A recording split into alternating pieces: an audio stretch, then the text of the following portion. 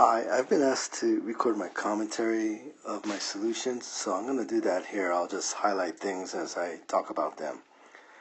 So whenever you do these sorts of problems with pulleys and blocks and you're trying to get the velocity of one block relative to another, there's always three steps. It's pick the datum, which is usually done. Let me widen my highlighter. So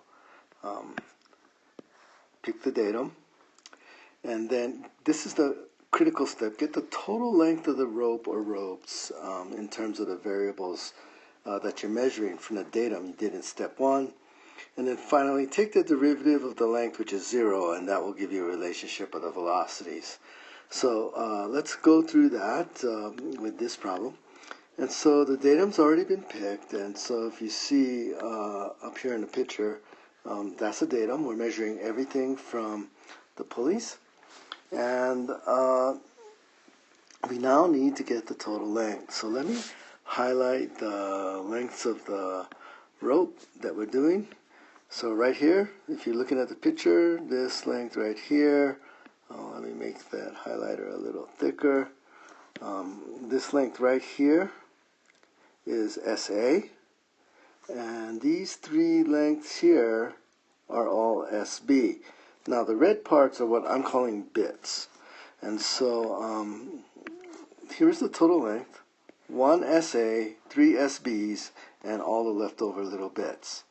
And then you take the derivative of that, and the derivative of total length is not changing, is always 0, and that's going to give you a relationship of the velocities. And the derivative of the bits is also 0, so you end up with this. And where S dot A is actually velocity A, and S dot B is velocity B.